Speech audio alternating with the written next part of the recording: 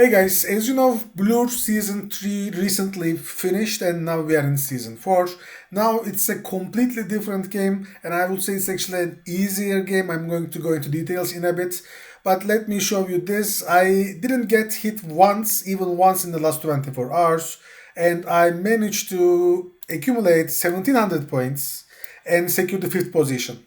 So you can see this here. If you go to my history here, you see that my last sales were 1 day ago. So it is actually more than 24 hours. So what has changed is, as you know, people made lots of money in Season 1 and Season 2. And in Season 3, people lost a lot of money. In Season 3, it became a different game. There were big whales like CBB, Hanwei, a couple others, and they were top bidding, accumulating the NFTs. NFT collection prices, floor prices were pumping up a little bit, and then they were dumping on each other. So, like, they were playing a game among each other mostly, and there was not much chance for smaller bidders to farm anything. Most of the people I know, they lost money. Actually, those whales lost money too. Uh, it's a different story why it became like this in Season 3. My take is, for instance, CBB at some point, CBB is the name of the one of the big whales. He was accumulating 50% of all the points, daily points. So if you look at it from the platform owner's perspective, you wouldn't want someone to get 50% or more than 50% of the whole points you are going to give away. So it doesn't make sense because then it means that there is only one person farming the whole system. That's not what they want. And he kind of a little bit bragged too much about it, if you ask me. And he left no other choice for Blue Team, for Pac-Man, to do anything but nerfing the system and nerfing the points. I don't know what he expected. I actually mentioned about this in my Discord a couple times because imagine you are the platform owner yourself. What would you do? Would you let one single person to farm up all the points and then get all the tokens, and then what's he going to do? He already has lost so much money. He is going to recover from his losses. He's going to dump the token too. I mean, why would you want to do this? I don't know how they didn't see this coming, but I mean, it's none of my business anyway. But what happened is in the Season 3, they burned so much money, and actually they, I think, ended up, many people I know around ended up with a loss. And in Season 1 and Season 2, it was different. People made like lots of money. Anyway, now what happened is NFTs are kind of recovering. It seems like it. There is not much fear of getting dumped all the time. Because last season it was like a war zone.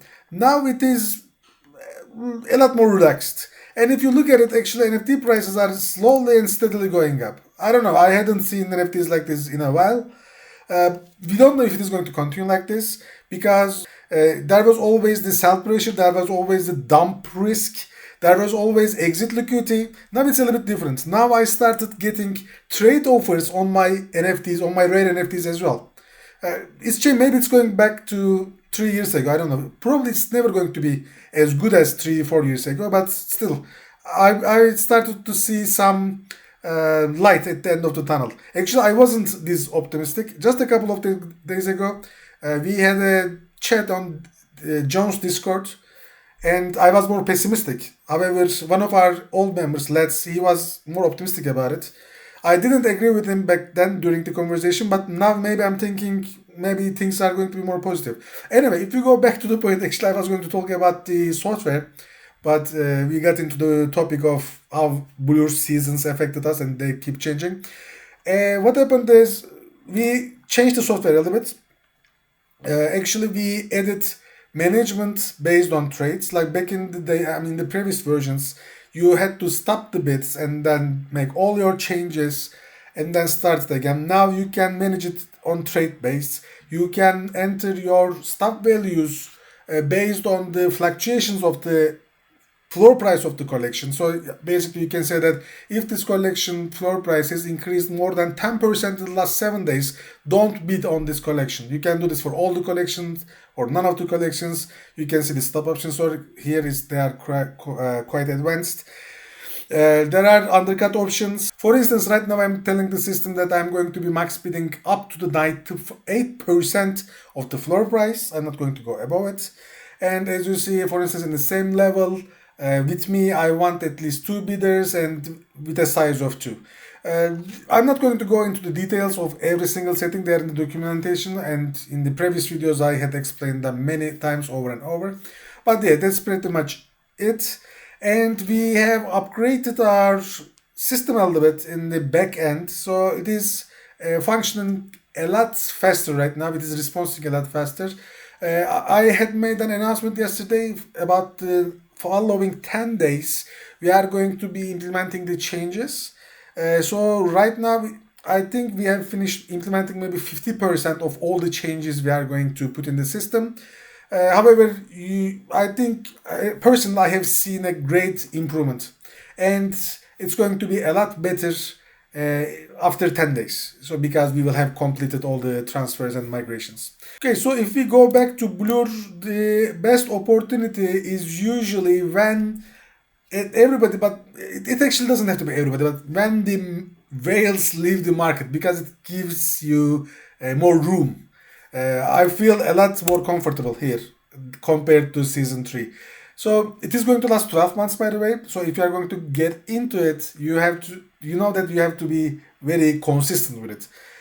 I mean, if you are just going to do it for a couple of weeks or even for a couple of months, I wouldn't even suggest it. But if you are going to do this for the next 12 months without giving up, and not every day is going to be as good as the one that I just showed you. Some days you are going to get hit because the market is going to nuke, right? I mean, not every time you can see everything going green.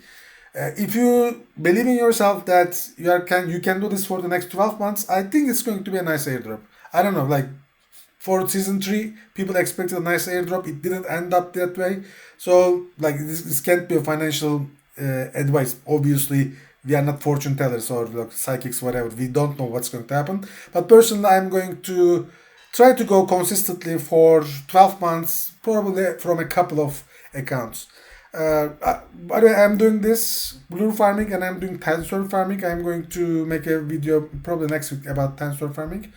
So that's pretty much it. I'm going to make a couple updates in the following weeks with the blue farming as well, and I'm going to share the results with you. Have a good one. Happy flips, happy airdrop farming.